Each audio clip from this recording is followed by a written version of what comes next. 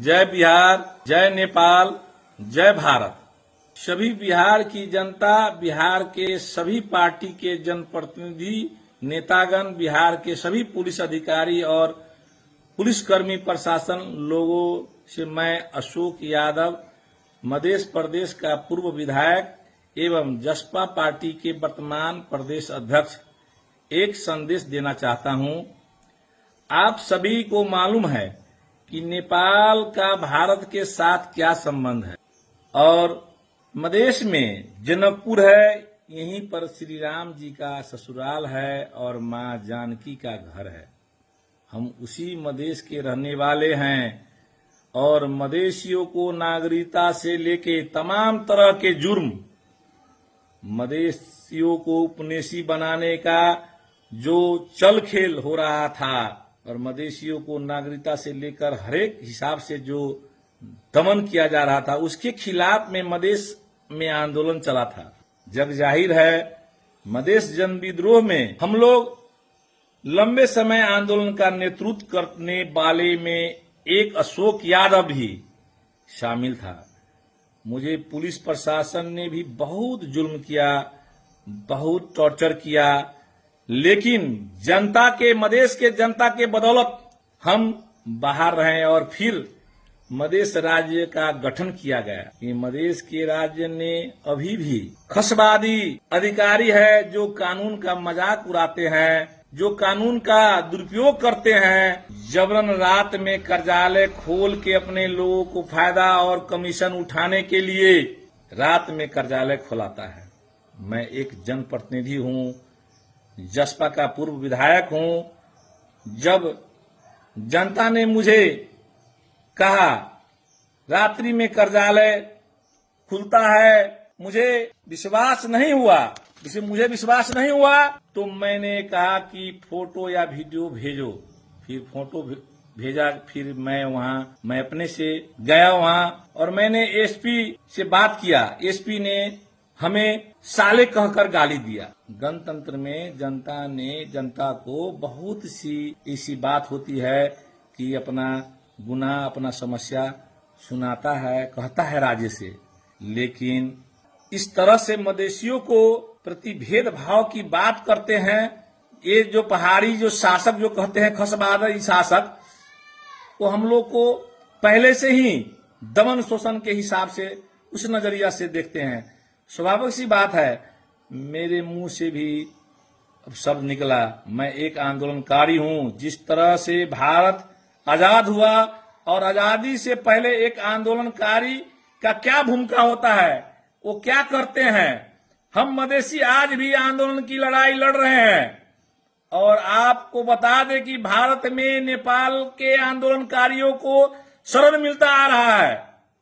शुरू से ही हरेक विभिन्न किस्म के आंदोलन हुई और आंदोलनकारी कोई अपराधी या हत्यारा नहीं है, लेकिन स्थानीय स्तर पर सरलाही के एसपी और डीएसपी गुंडागर्दी करते हुए भारतीय सेवा क्षेत्र में सेवाई इलाके वाले होते हैं, उनको गलत आपदा दे करके हमने गलत काम किया। हमारे रिश्तेदारों, मेरे रिश्तेदारों के ऊपर, मेरे रिश्तेदारों के घर में जाकर छापा मारा और छापा मार रहा है अभी तक।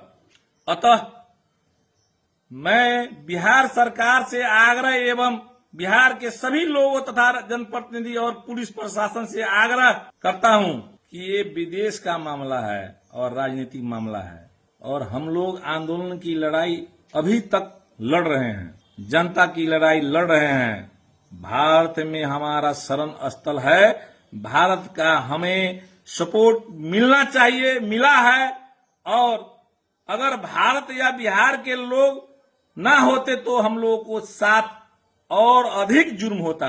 अतः आग्रह करते हैं कि जो वहां के एसपी और पुलिस है जिस तरह के झूठ फैला रहे हैं उन पर ध्यान न दे। अशोक यादव जनता की लड़ाई लड़ रहा हूं मैं। अशोक यादव भारत और नेपाल के अच्छे संबंधों की लड़ाई लड़ रहा हूं मैं। अशोक यादव भारत और नेपाल के निष्ठा की लड़ाई लड़ रहा हूं मैं। अशोक यादव श्री राम और मां जानकी जो धरोहर है उसके बचाने की लड़ाई लड़ रहा हूं। मैं अशोक यादव बिहार की जो बेटियां जो नेपाल में शादी होकर जाती है उनके और उनके बच्चों का नागरिकता नहीं बनता है, मैं उसकी लड़ाई लड़ रहा हूं। इसलिए अशोक यादव को बाहरी नहीं समझिए और अशोक यादव को परिवार को जो बिहार में पुलिस वालों प्रशासन करते हैं, सीतामढ़ी के एसपी से बिहार के सीनियर पुलिस अधिकारी सभी से आग्रह करते हैं कि इस तरह के परेशानी न करे। नेपाल के एसपी के कहने पर कोई भी कदम नहीं उठाएं, क्योंकि वो एक नस्लीय भेदभाव करने वाले व्यक्ति है जो वर्षों से मधेश के ऊपर दमन और शोषण करते आ रहे हैं।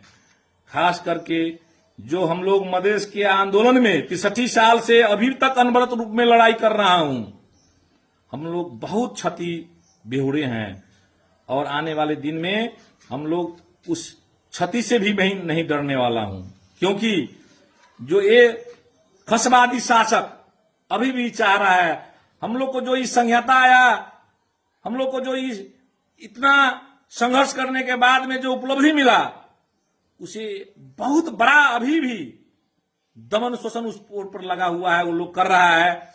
इसलिए मैं आग्रह कर रहा हूं, हम लोग को बेटी रोटी का संबंध, हम लोग कहते थे बेटी रोटी का संबंध है, हम लोग को बहुत सी बेटियां, बहुत सी भाई का शादी विवाह हम लोग को नेपाल और भारत में हो रहा है। लेकिन ये नस्लीय चिंतन करने वाले लोग जो खसवादी हम जिसको बोलते हैं, आज भी नेपाल में मधेशियों को दूसरे दर्जे का नागरिक वो कहता है। हम लोग बहुत बार क्या सोचे थे, इस देश से मधेश अलग होना चाहिए, लेकिन स्वाभिमान के लिए हम लोग नेपाल मेरा देश है, मैं उस देश का नागरिक हूं, वो भी मैं गर्व हम लोग करते थे। लेकिन इस दमन शोषण से हम लोग को भीतर से बहुत बड़ा अब आने वाला दिन में विद्रोह होने का संभावना है। हमारे सीके राव जी ने बिगुल फूका था कि स्वराज मधेश अलग हो, सही बात है, मधेश आज न कल अलग होगा। मैं रहूं न रहूं, मैं रहूं न या न रहूं, लेकिन मधेश में आने वाले जो संतति है, आने वाला जो पीढ़ी है, इस नस्लवादी जो चिंतन मनन करने वाला, जो सोच रखने वाला जो लोग है, उसको अंत होगा। मैं कहकर जाता हूं, मुझे गम नहीं है, मैं मरने से नहीं डरता हूं। आज भी सुनते हैं कि ये एसपी और डीएसपी, मुझे हंसी भी आता है, मुद्दा पर मुद्दा दायर कर रहा है। मैं दिन में वीडियो बोला था, कहा था कि सैकड़ों मुद्दा दर्ता होने से भी मैं नहीं डरूंगा, जितना मुद्दा दर्ता करना है वो करो, लेकिन मैं राज्य से कहना चाहता हूं, इंसाफ मिलना चाहिए, न्याय मिलना चाहिए। न्याय को बंदी बना के रखिएगा तो अंत होगा।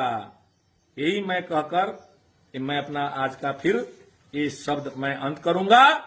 फिर दूसरा एपिसोड में मैं आऊंगा, मैं बताऊंगा मधेश के जनता को, और वैसा गलत करने वाला को मधेश के जनता नहीं छोड़ेगा, ये मुझे पूरा विश्वास है। धन्यवाद। जय मधेश, जय बिहार, जय नेपाल, जय भारत।